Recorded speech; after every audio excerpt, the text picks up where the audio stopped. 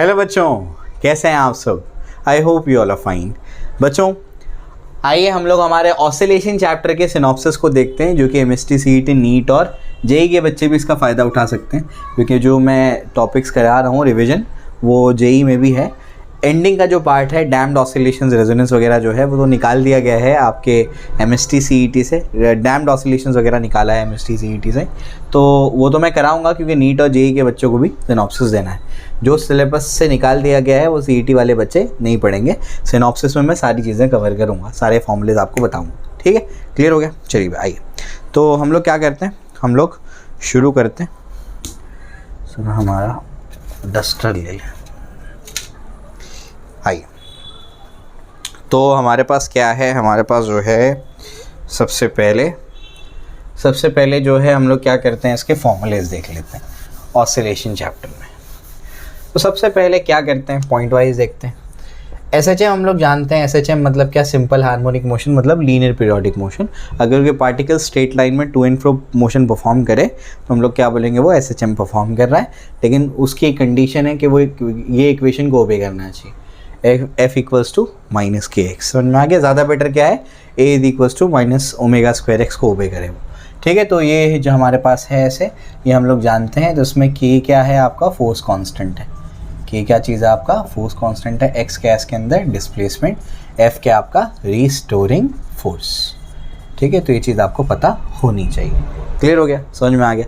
आगे बढ़ते हैं। पीरियोडिक मोशन क्या होता है? पीरियोडिक मोशन एक ऐसा मोशन जो अपने आप को क्या करता है, सर्टेन इंटरवल के बाद रिपीट करता है, उसको क्या बोलते हैं? Periodic motion. ऑसिलेशन क्या होता है? ऑसिलेशन होता है आपका टू एंड फ्रो मोशन। ठीक है, क्लियर हो गया? इसका पूरा डेफिनेशन आप लोग ले सकते हो, लेकिन ज़रूरत ही नहीं है यहाँ पर ये सारी चीज़ें बताने की। ठीक है, क्लियर हो गया? ये चीज़ आपको मैंने बता दी। इसका टाइम पीरियड क्या होता है? अगर कोई पार्टिकल एसएचएम परफॉर्म कर रहा है, यानी स्ट्रेट लाइन में ऑसिलेट कर रहा है, तो ये ए, बी और ये सी है। तो अगर वो क्या करता है, ऐसे बोलो, ये पॉइंट ओ है, ये ए है और ये बी है, वो ओ से बी जाता है, फिर बी से ओ आता है, फिर ओ से ए जाता है, फिर ए से ओ आता है। ये 4 स्टेप्स उसको कंप्लीट करता है, उसी को वन ऑसिलेशन बोलते हैं। ये एक ऑसिलेशन कंप्लीट करने के लिए जितना टाइम लग जाता है उसको क्या बोलते हैं? टाइम पीरियड कहते हैं। तो टाइम पीरियड ऑफ ऑसिलेशन क्या होता है? Time taken by the particle to complete one oscillation in SHM. Time period का फॉर्मूला क्या है? उसका फॉर्मूला होता है 2π/ओमेगा। और यहाँ पर जो है ऐसा, इसको मैं थोड़ा सा और आगे बता देता हूँ। ये क्या होगा? m इंटू ए, जो कि होगा माइनस के एक्स।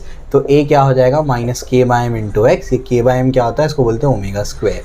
समझ में? तो ओमेगा स्क्वायर क्या होता है? के बाय एम होता है। और ओमेगा क्या होता है? ओमेगा होता है अंडर रूट ऑफ के बाय एम। ये आपका ओमेगा होता है। ठीक है ना? तो यहाँ पर हो जाएगा 2π अंडर रूट ऑफ क्या हो जाएगा? ओमेगा अंडर रूट ऑफ के बाय एम। तो 2π अंडर रूट ऑफ क्या हो जाएगा? m बाय के। इसका फॉर्मूला बन जाता है। क्लियर हो गया? समझ में आ गया? तो इस तरीके से ये आपको मैंने समझा दिया।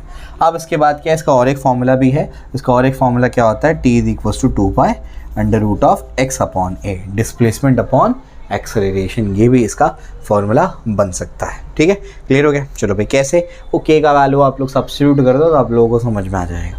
ठीक है ना? k का वैल्यू जैसे सब्स्टिट्यूट करेंगे तो आपको समझ में आ जाएगा कि बेसिकली क्या है, वो डिस्प्लेसमेंट अपॉन एक्सेलरेशन उसको लिखा जा सकता है। ठीक है ना? क्लियर हो गया? चलो भाई, क्यों, कैसे समझा दूं क्या?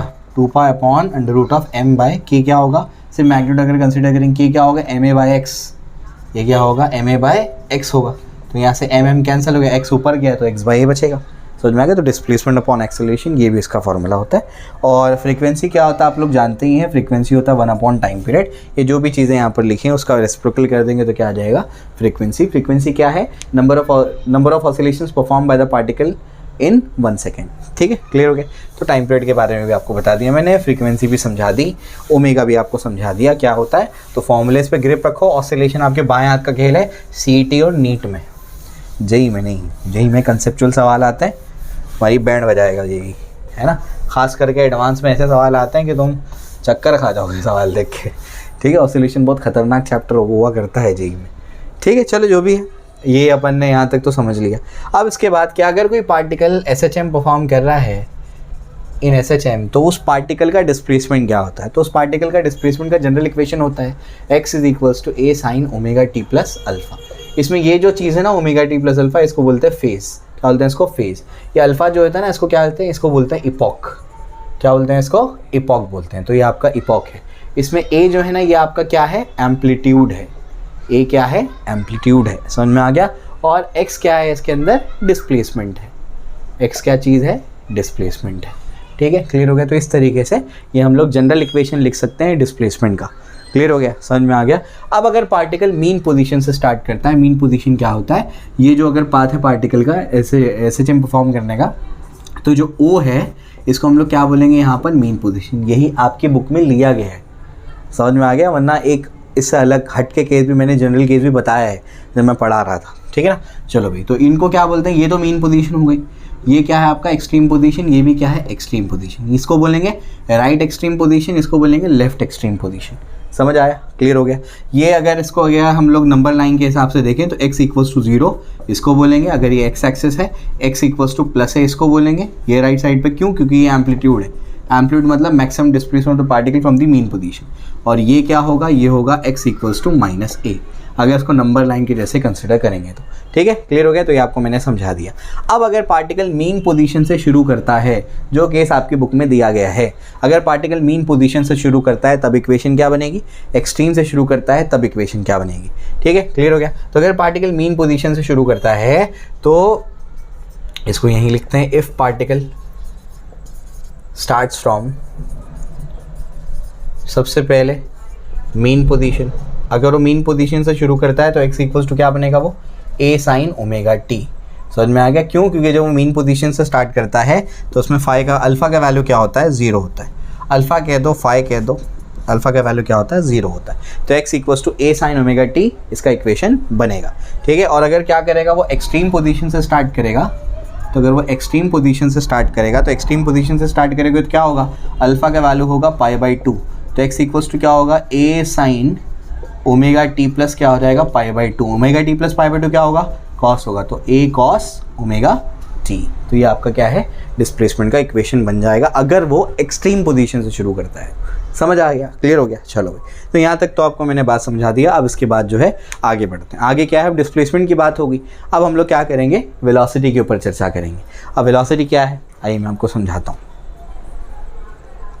चलिए, वेलोसिटी का इक्वेशन क्या है।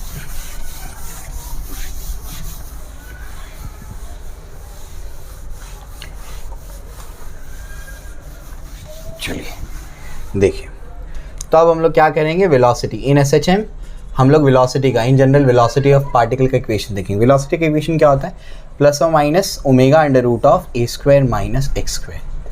समझ में आ गया। प्लस कब लगेगा, जब वो राइट एक्सट्रीम पोजीशन से स्टार्ट करेगा। राइट एक्सट्रीम से स्टार्ट करेगा तो plus omega under root of a square minus x square, और लेफ्ट एक्सट्रीम पोजीशन से स्टार्ट करेगा तो क्या बोलेंगे, minus omega under root of a square minus x square. तो इस तरीके से वेलोसिटी हम लोग लिखेंगे। ठीक है, क्लियर हो गया। अब हम लोग क्या करते हैं, वेलोसिटी अलग अलग पोजीशन पे लिखते हैं। एट मीन पोजीशन पे याद कर लो जो मैं कह रहा हूँ, याद कर लो। मीन पोजीशन पे x का वैल्यू 0, एक्सट्रीम पोजीशन पे plus a, left extreme position पे माइनस a। ठीक है, क्लियर हो गया, ठीक है ना। तो मीन पोजीशन पे x का वैल्यू क्या होता है बच्चों, मीन पोजीशन पे x का वैल्यू क्या होता है, 0 होता है। x का वैल्यू 0 कर दो तो यहाँ पर वेलोसिटी क्या हो जाएगी, हो जाएगी प्लस। इन जनरल हम लोग सिर्फ मैग्नीट्यूड कंसिडर कर रहे हैं, डायरेक्शन नहीं देख रहा हूँ मैं। तो ओमेगा अंडर रूट ऑफ क्या हो जाएगा, ए स्क्वायर माइनस 0 का स्क्वायर, यानी ए ओमेगा हो जाएगा। और यही क्या होती है, मैक्सिमम वेलोसिटी होती है। तो उसकी मैक्सिमम वेलोसिटी कहाँ होती है, मीन पोजीशन पे होती है, ध्यान रखेंगे आप लोग। ठीक है, क्लियर हो गया। एट एक्सट्रीम पोजीशन देख लीजिए अभी, एक्सट्रीम पोजीशन पे क्या होगा, एक्सट्रीम पोजीशन पे एक्स का वैल्यू क्या होगा, ए होगा। एक्स का वैल्यू ए पुट करो, ए स्क्वायर माइनस ए स्क्वायर क्या हो जाएगा, 0, वेलोसिटी क्या हो जाएगी 0, और यही उसकी मिनिमम वेलोसिटी होती है। समझ आ गया, क्लियर हो गया। तो मैक्सिमम वेलोसिटी ये और मिनिमम वेलोसिटी ये, क्लियर हो गया, समझ में आ गया। तो इस तरीके से ये मैंने आपको समझा दिया है। अब जो है आगे बढ़ते हैं। आगे क्या है, तो ये मीन पोजीशन, एक्सट्रीम पोजीशन। अब एक्सेलरेशन के ऊपर बात करते हैं। इन एसएचएम एक्सेलरेशन क्या होता है, एक्सेलरेशन है, अभी हम लोगों ने डिराइव कर लिया था, माइनस ओमेगा स्क्वायर, शुरुआत में ही डिराइव किया। ठीक है, अब एट मीन बताओ जल्दी से। एट मीन पोजीशन पे एक्सेलरेशन क्या होगा, मीन पोजीशन पे एक्स का वैल्यू क्या होता है, 0 होता है। तो एक्सेलरेशन भी क्या हो जाएगा, ओमेगा स्क्वायर इंटू 0 यानी 0। तो मीन पोजीशन पे एक्सेलरेशन क्या होता है, मिनिमम होता है, ध्यान रखेंगे आप लोग। एक्सट्रीम पोजीशन पे एक्सेलरेशन क्या होता है, एक्सट्रीम पोजीशन पे एक्स का वैल्यू ए होता है। तो ए मैक्सिमम इज इक्वल्स टू क्या होगा, माइनस ओमेगा स्क्वायर ए हो जाएगा। क्लियर हो गया, समझ में आ गया। तो इस तरीके से इसको हम लोग हल करेंगे। तो ये सारी इक्वेशंस मैंने आपको समझा दिए, डिस्प्लेसमेंट का, वेलोसिटी का, एक्सेलरेशन का। ग्राफ के बारे में थोड़ा सा आइडिया देता हूँ, जेईई मेन फरवरी अटेम्प्ट में आया था, ठीक है ना। चलो भाई आओ, ग्राफ मैंने क्लासरूम में ही कराया आप लोगों को। अगर आप लोग लेक्चर्स मेरे ढंग से देखेंगे ना तो जेईई के सवाल तो जो फरवरी अटेम्प्ट में थे वो तो काफ़ी हलवा सवाल थे, ऐसा है, ठीक है। चलो जो भी, अब जो है आगे बढ़ते हैं। आगे क्या है इसके बाद देखो, तो यहाँ पर जो है, यहाँ पर सबसे पहले हम लोग क्या करेंगे, अभी हम लोग ने क्या देखा, v square is equals to क्या होगा, omega square a square minus x square. आप समझे मैंने क्या किया, वेलोसिटी की जो इक्वेशन थी उसको स्क्वायर कर दिया मैंने। स्क्वायर करने पे क्या होगा इसको समझो ज़रा। यहाँ पर मैं क्या कर रहा हूँ, यहाँ पर v square is equals to क्या हो जाएगा, मेरे पास ओमेगा स्क्वायर है ना, इसको मैं नीचे भेज देता हूँ। तो वी स्क्वायर अपॉन क्या हो जाएगा, ओमेगा स्क्वायर, और ये क्या हो जाएगा, ए स्क्वायर माइनस एक्स स्क्वायर हो जाएगा। समझ आता है, क्लियर हो गया। अब मैं क्या करता हूँ, एक्स स्क्वायर को यहाँ भेज देता हूँ, तो वी स्क्वायर अपॉन क्या हो जाएगा, omega square plus x square is equals to क्या है, ए स्क्वायर, ठीक है। अब मैं पूरी इक्वेशन को ए स्क्वायर से डिवाइड कर देता हूँ, तो v square upon omega square a square plus x square upon a square is equals to 1 हो जाएगा, क्योंकि ए स्क्वायर से डिवाइड कर दिया। यहाँ भी ए स्क्वायर, यहाँ भी ए स्क्वायर, यहाँ भी ए स्क्वायर, ये दोनों कैंसिल हो गए, 1 बचा। ये जो इक्वेशन है ना बच्चों, ये एक इलिप्स का इक्वेशन है। इसका इक्वेशन है, इलिप्स का इक्वेशन है। तो अगर v वर्सेस यानी वेलोसिटी वर्सेस अगर डिस्प्लेसमेंट को प्लॉट करते हैं तो क्या बनेगा, वो एक इलिप्स बनेगा। समझ आ गया, ये इक्वेशन देख करके हमको समझ में आ रहा है। ये मैंने क्लासरूम में भी कराया था, फरवरी अटेम्प्ट में सवाल था जेईई में, ठीक है, क्लियर हो गया। इसके बाद हम लोग एक्सेलरेशन की अगर बात करें तो माइनस ओमेगा स्क्वायर एक्स होता है, ठीक है ना। अच्छा, उससे पहले एक और चीज़, अगर ऐसा हो जाए कि ओमेगा स्क्वायर का वैल्यू 1 हो जाए या ओमेगा का वैल्यू 1 हो जाए, if omega is equals to 1, omega 1 हो जाएगा तो x square upon a square plus v square upon a square is equals to 1 बचेगा। ये दोनों को कॉमन करके ए स्क्वायर को वहाँ भेज देना, तो ये x square plus v square is equals to a square. ये जो ना बच्चों, ये इक्वेशन ऑफ सर्कल है, ये सर्कल का इक्वेशन है, समझ में आ गया। तो अगर ओमेगा का वैल्यू 1 हो जाए तो v वर्सेस x का जो ग्राफ बनेगा वो एक सर्कल बनेगा। इक्वेशन देख के समझ में आ रहा है, x square plus y square is equals to a square, और सर्कल का रेडियस क्या होगा, a होगा। समझ में आ रहा है, ठीक है ना। बेसिक मैथमेटिक्स आपको आना चाहिए, ठीक है, क्लियर हो गया। चलो भाई, उसके बाद आगे बढ़ते हैं। आगे क्या है, एक्सेलरेशन जो है वो क्या है, माइनस ओमेगा स्क्वायर एक्स। ये तो सीधी सीधी बात है, ये क्या है, ये आपका एक स्ट्रेट लाइन का इक्वेशन है, y is equals to minus m into x का ये फॉर्मेट है। ये इस तरीके से, ये बताया था आपको मैंने, एक ऐसी स्ट्रेट लाइन जो कि क्या है, ओरिजिन से पास हो रही है, ठीक है, क्लियर हो गया, समझ में आ गया। तो इस तरीके से मैंने आपको बता दिया तीनों के ग्राफ्स क्या क्या बनेंगे। अब जो है हम लोग आगे बढ़ते हैं। आगे क्या है, मैं आपको एनर्जी के बारे में बताता हूँ, अलग अलग पोजीशन पे एनर्जी को डिस्कस करते हैं और फिर नेक्स्ट पार्ट पे चलते हैं इसी के। अब आइए एनर्जी के बारे में देखते हैं।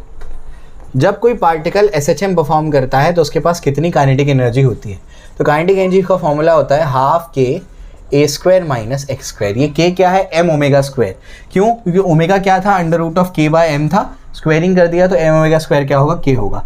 तो हाफ एम ओमेगा स्क्वायर और ए स्क्वायर माइनस एक्स स्क्वायर होता है। समझ आ गया, क्लियर हो गया, ध्यान रखिए आप लोग इसका। इसके बाद जो है ये काइनेटिक एनर्जी हो गया। अब काइनेटिक एनर्जी मीन पोजीशन में बताओ जल्दी से क्या होगी, याद करने बोला मैंने, मीन पे एक्स का वैल्यू क्या होगा, 0 होगा। तो काइनेटिक एनर्जी क्या होगी, काइनेटिक एनर्जी होगी हाफ एम ओमेगा स्क्वायर और ये हो जाएगा ए स्क्वायर, ठीक है। और एक्सट्रीम पोजीशन पे जल्दी से बताओ क्या होगी, एक्सट्रीम पोजीशन पे काइनेटिक एनर्जी क्या होगी, एक्सट्रीम पोजीशन मतलब एक्स का वैल्यू क्या होगा, ए होगा।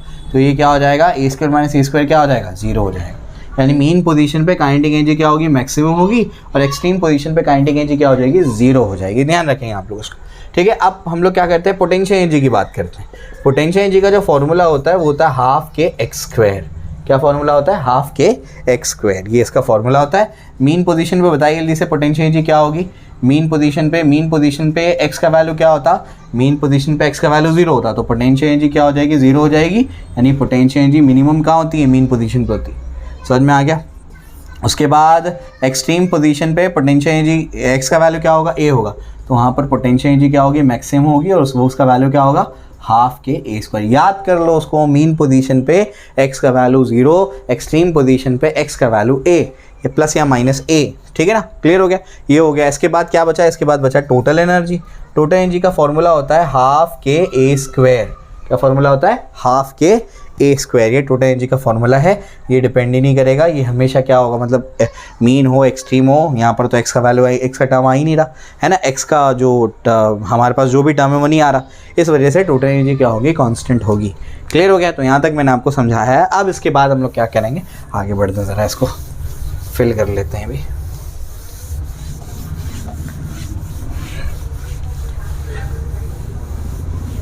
इंक भर लेते हैं इसमें, ठीक है। आइए, तो अब हम लोग क्या करते हैं, अभी हम लोग जो है एनर्जी के बारे में देख चुके हैं। अब हम लोग कंपोजिशन ऑफ 2 SHMs को देख लेते हैं कि अगर 2 SHM कंपोज करेंगे तब क्या होगा।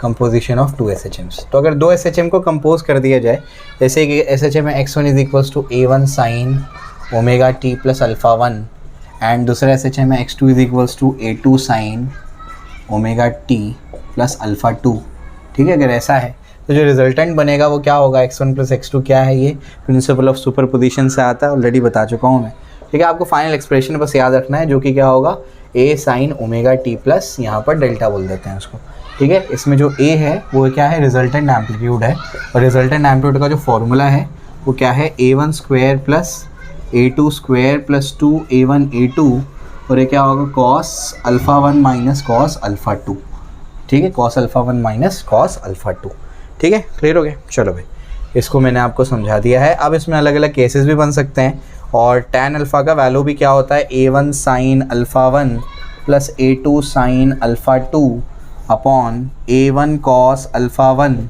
Plus a2 cos alpha 2।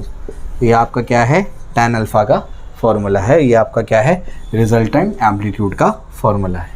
Clear हो गया? समझ में आ गया? तो इस तरीके से हम लोग क्या करेंगे, कंपोजिशन ऑफ 2 SHM का हम लोग देखेंगे। अब इसमें जो रिजल्टेंट एम्पलीट्यूड है, रिजल्टेंट एम्पलीट्यूड का यहाँ पर आप लोगों को क्या करना पड़ेगा, आप लोगों को कुछ केसेस देखने के, मैक्सिमम एम्पलीट्यूड कब होगा, मिनिमम कब होगा, ठीक है, 90 पे कब होगा, मैं आपको समझाता हूँ उसके कुछ केसेस। आइए उसको देख लेते हैं पहले।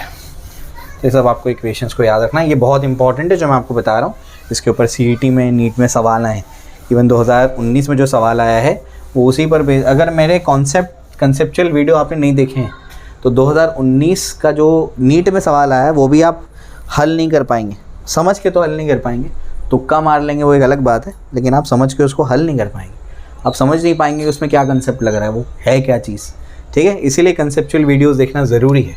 आइए, अब हमारे पास एक्सप्रेशन क्या है, a is equals to under root of a1 square plus a2 square plus 2a1 a2 cos of alpha 1 minus alpha 2, ठीक है। ये हमारे पास एक्सप्रेशन है। इसमें अलग अलग केसेस है। व्हेन अल्फ़ा 1 माइनस अल्फ़ा 2 अगर 0 हो जाए तब क्या हो जाएगा, cos of alpha 1 minus cos 0, cos 0 क्या होता है, 1 होता है, तो ये 1 हो जाएगा। अगर ये 1 हो जाएगा तो a क्या हो जाएगा, a हो जाएगा under root of a1 square plus हो जाएगा a2 square plus 2a1 a2, यानी ये क्या हो जाएगा, ये हो जाएगा आपका under root of a1 plus a2 the whole square, है ना, a square plus 2ab plus b square, square root cancel हो गया, क्या बचेगा a1 प्लस a2, और ये इसका मैक्सिमम वैल्यू है। तो मैक्स जब रिजल्टेंट एम्पलीट्यूड आपका एक्सप्रेशन आपके पास है, रिजल्टेंट एम्पलीट्यूड मैक्सिमम कब होगा, जब cos of alpha 2 minus alpha 1 क्या होगा, 1 होगा, या फिर अल्फ़ा 1 माइनस अल्फ़ा 2 का वैल्यू 0 होगा, एंगल 0 होगा, ठीक है। उसके बाद सेकेंड केस क्या होगा, व्हेन अल्फ़ा 1 माइनस अल्फ़ा 2 क्या होगा, पाई होगा, 180 डिग्री होगा। तो अगर वो 180 डिग्री होगा तो क्या होगा, ये हो जाएगा कॉस 180, कॉस 180 क्या होता है, -1, तो ये जाएगा माइनस, है ना, a1 square plus a2 square minus 2a1 a2, यानी a square minus 2ab plus b square. तो सीधा एक्सप्रेशन लिख देता हूँ, क्या होगा बताओ ज़रा, वो हो जाएगा a1 minus a2 the whole square, यानी कैंसिल हो जाएगा। तो a मिनिमम वैल्यू ये होता है a1 माइनस a2, ये कब होगा, मॉड लगा देता हूँ क्योंकि पता नहीं कौन बड़ा है, a1 बड़ा है a2 बड़ा है, उस हिसाब से। तो ये कब होगा, जब आपका एंगल क्या होगा, 180 का होगा, और अगर 90 का एंगल होगा तो बताओ जल्दी से क्या होगा, व्हेन अल्फ़ा 1 माइनस अल्फ़ा 2 क्या होगा, अगर π/2 हो जाए, π/2 हो जाए कॉस 90 क्या होता है 0, यानी ये पूरा टर्म चला जाएगा। तो बचेगा क्या बताओ, बचेगा आपके पास a is equals to under root of a1 square plus क्या हो जाएगा a2 स्क्वायर। समझा, क्लियर हो गया। तो ये आपको मैंने अलग अलग इसे केसेस बता दिए। अब इसके बाद नेक्स्ट क्या है, एक सेकंड्स पेंडुलम होता है। सेकंड्स पेंडुलम क्या होता है, सेकंड्स पेंडुलम एक ऐसा पेंडुलम होता है जिसका टाइम पीरियड 2 सेकंड होता है, उसको क्या बोलते हैं, सेकंड्स पेंडुलम कहते हैं।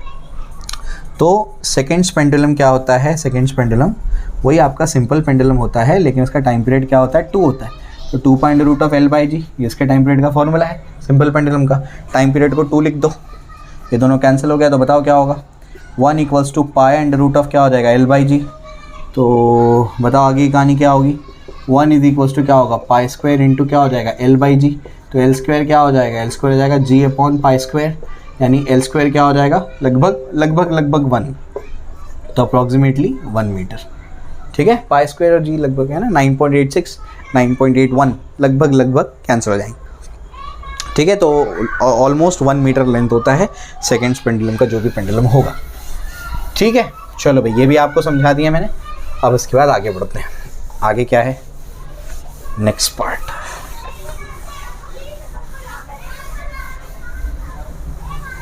नेक्स्ट पार्ट क्या है इसके अंदर, देखिए हम लोगों को क्या करना है अभी, हम लोगों को अब हम लोगों को डैम्ड ऑसिलेशंस पे जाना है। अच्छा, जो आपके सीईटी के बच्चे हैं, सीईटी के बच्चों का यहाँ तक का सिनॉप्सिस कंप्लीट हो जाता है। आगे का जो सिनॉप्सिस है वो नीट और जेईई के बच्चों के लिए। ठीक है, इसमें भी आपको कोई डेरिवेशंस वगैरह याद नहीं करना, ना दिया है सिलेबस में, ना सीबीएसई में है। आपको सिर्फ कुछ इक्वेशंस को याद रखना है, वो मैं आपको बता देता हूँ। डैम्ड ऑसिलेशंस कैसे ऑसिलेशंस होते हैं, ऐसे ऑसिलेशंस जो जिनका एम्पलीट्यूड टाइम के साथ में कम होता जाता है, उसको क्या बोलते हैं, डैम्ड ऑसिलेशंस कहते हैं। सुनना है, जैसे आप एक सिंपल पेंडुलम लो और यानी कि रस्सी लो और एक बॉल को उसके साथ में लगाओ। समझ में आ गया, बहुत चिल्ला रहे हैं बच्चे।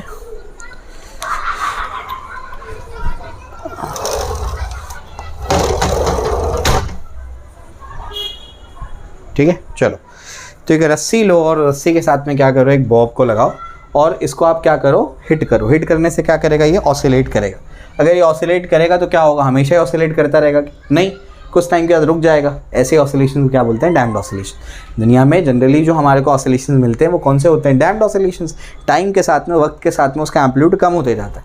क्लियर हो गया, चलो। तो डैम्ड ऑसिलेशन जब भी होते हैं तो आपको ध्यान क्या रखना है, डैम्ड ऑसिलेशंस में एक तो रिस्टोरिंग फोर्स होगा जो उसको वापस लेकर के आएगा अपनी मीन पोजीशन पे। दूसरा होता है डैम्पिंग फोर्स जो मीडियम की वजह से होता है।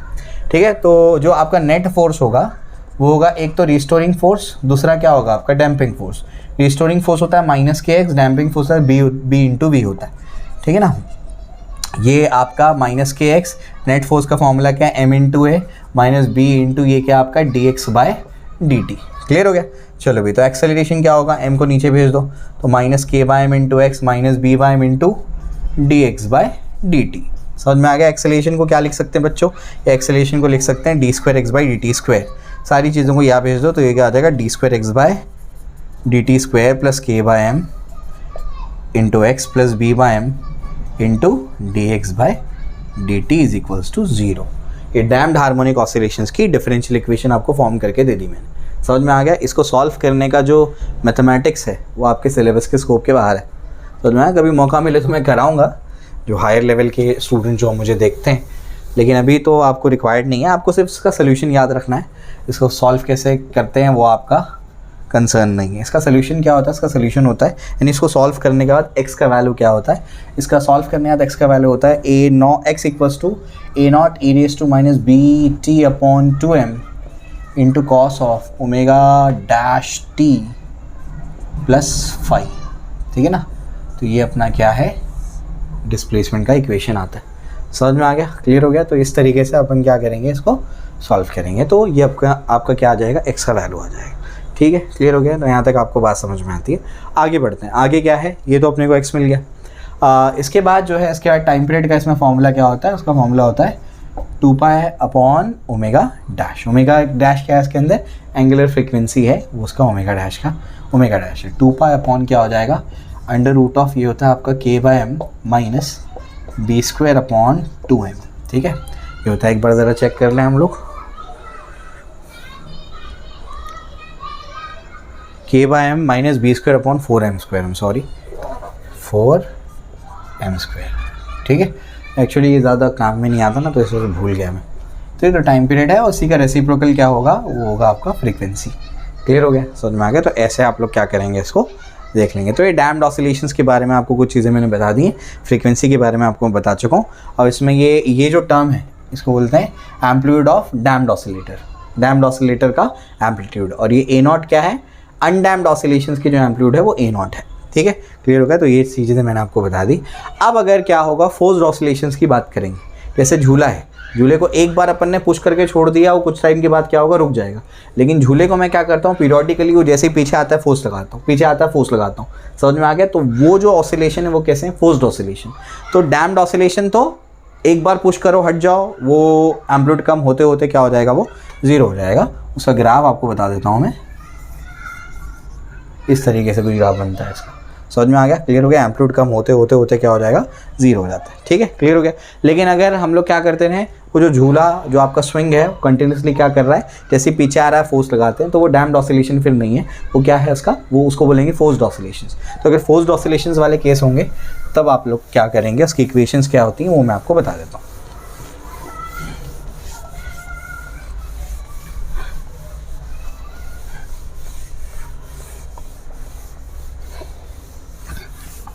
चलो, तो forced oscillations and resonance, forced oscillations and resonance. ठीक है, चलो भाई। तो फोर्स्ड ऑसिलेशंस में क्या होगा, सेम वही इक्वेशन बनेगी जो भी अपन ने देखी, लेकिन वहाँ पर एक फोर्स लग जाएगा, वो मैं आपको बता देता हूँ।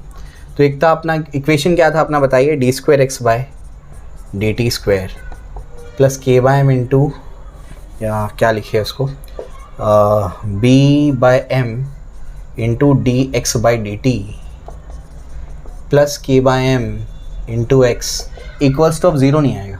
अब क्या आएगा, अब आएगा f0, कोई कॉस फंक्शन है, साइन फंक्शन, कुछ भी हो सकता है, omega d damped into t। समझ में आ गया? क्लियर हो गया? वो फ्रीक्वेंसी ये आपको बता दिया मैंने। इसमें जो डिस्प्लेसमेंट का इक्वेशन बनता है वो बोलता है x equals to a sine omega dt plus phi, ये इसका इक्वेशन बनता है। बस इक्वेशंस आपको याद रखनी है, घबराइए नहीं मत बिल्कुल भी, इक्वेशंस बस याद रखनी है, बहुत ज़्यादा इसके मैथमेटिक्स में घुसना नहीं है, काम नहीं है आपको उसका। ठीक है, एक चीज़ में रह गई शायद, वो बता दूँ मैं आपको, क्या रह गया है, हाँ सॉरी, एम्पलीट्यूड का जो फॉर्मूला है वो है f0/m upon under root of omega square minus omega d का स्क्वायर प्लस क्या हो जाएगा, b का स्क्वायर ओमेगा d का स्क्वायर डिवाइड बाय क्या हो जाएगा, m का स्क्वायर। ठीक है, क्लियर हो गया? ये आपको बता दिया मैंने। उसके बाद जो है बस कंप्लीट, इतना सफिशिएंट है। रेजोनेंस की कंडीशन क्या है, फॉर रेजोनेंस इतना बस याद रखो। पढ़ाने के लिए तो ये पूरा अपने आप में एक चैप्टर है, लेकिन आपके सिलेबस में नहीं है। रेजोनेंस में बस याद करो कि अगर omega is equals to omega d हो जाए तब उस कंडीशन को क्या बोलेंगे, रेजोनेंस बोलेंगे। ठीक है, चलो भाई। तो फोर्स्ड ऑसिलेशन में जितनी इक्वेशंस आपको बतानी थी मुझे वो मैंने आपको बता दी है। अब जो है आगे बढ़ जाते हैं इसमें। स्प्रिंग वाले केस थोड़ा सा बता दूं। स्प्रिंग, तो स्प्रिंग वाले केस में क्या, अगर हम लोग क्या कर देंगे, वर्टिकल और हॉरिजॉन्टल स्प्रिंग लेंगे, उससे मासलेस स्प्रिंग है, उससे अपन ने क्या कर दिया, एक ऑब्जेक्ट लगा दिया, इसको ऐसे पुल करके छोड़ दिया, तो टाइम पीरियड का फॉर्मूला क्या है, 2.√m/k, ये टाइम पीरियड का फॉर्मूला है। और अगर वर्टिकल स्प्रिंग भी ले लिया अपन ने, ऐसे वर्टिकल स्प्रिंग भी ले लिया अपन ने, तो इसको अगर पुल करके छोड़ दिया अपन ने, तो तब भी टाइम पीरियड का फॉर्मूला क्या होगा, दोनों केसेस में 2.√m/k होगा।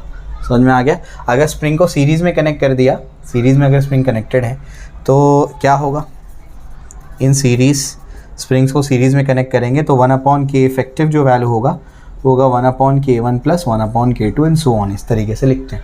और अगर पैरेलल में अपन क्या करते हैं, अब सीरीज़ क्या होता है, पैरेलल क्या होता है, ये बहुत डिटेल में मैंने स्प्रिंग के केसेस में बताया आपको, आप जाकर के वीडियोज़ देख सकते हैं मेरे। ठीक है, और अगर पैरेलल में होगा तो Kp is equals to K effective is equals to, जो इफेक्टिव बनेगा ना वो क्या बनेगा, K1 प्लस K2। समझ में आ गया? जो रजिस्टर का केस था उसका उल्टा है। समझा? क्लियर हो गया? तो इस तरीके से मैंने आपको समझा दिया है। तो ये स्प्रिंग के कुछ केसेस मैंने आपको समझा दिए। कट करेंगे तो क्या होगा, कैसे होगा, वो मैं आपको क्वेश्चंस में ही समझाऊंगा, फिर वो वहीं भेजे में जाएगा, ऐसे समझ में नहीं आएगा, रटा के कोई मतलब है नहीं उसको। ठीक है, क्लियर हो गया? चलो भाई, तो यहाँ पर मैंने आपको ऑसिलेशंस का पूरा सिनॉप्सिस कवर कर लिया, नीट का, जेई का, सीईटी का, सारे फॉर्मूलेज मैंने आपको करा दिया, पूरा सिनॉप्सिस कवर कर लिया मैंने। इसमें कोई चीज़ अगर रह गई है, इक्का दुक्का चीज़ रह गई होगी तो मैं उसको क्वेश्चंस में कवर करवा दूंगा। ठीक है, क्लियर हो गया? नीट के क्वेश्चंस रोटेशनल डायनेमिक्स के इसलिए नहीं करा है क्योंकि वो चैप्टर बहुत ही अलग तरीके से डिज़ाइन किया गया है महाराष्ट्र बोर्ड में। तो अगर वो नीट के क्वेश्चंस कराऊंगा तो उसमें वो आपका सेंटर ऑफ मास भी है और बाकी चीज़ें भी है, तो इस वजह टॉर्क की चीज़ें भी हैं जो कि 11th में पढ़ाते हैं, तो इस वजह से मैंने उसको कवर नहीं किया। आगे जा कर के उसको देखेंगे, लेकिन अभी जो है ये जो हम लोग क्या करेंगे, CET के PYQs करेंगे और टेक्स्ट बुक की एक्सरसाइज मैं आपको करा दूंगा इंशाल्लाह। तो नेक्स्ट स्टेप क्या होगा, टेक्स्ट बुक के सॉल्व एग्जाम्पल, उसके बाद टेक्स्ट बुक की एक्सरसाइज के क्वेश्चंस और उसके बाद आपके CET के PYQs। ठीक है, तो आई होप आपको समझ में आया होगा। अगर कोई डाउट हो, कोई कन्फ्यूजन हो तो कमेंट सेक्शन में मुझे बताइए और अपने दोस्तों के साथ में इसको शेयर करिए ताकि हम ज़्यादा से ज़्यादा लोगों की हेल्प कर पाएँ। Okay, thank you.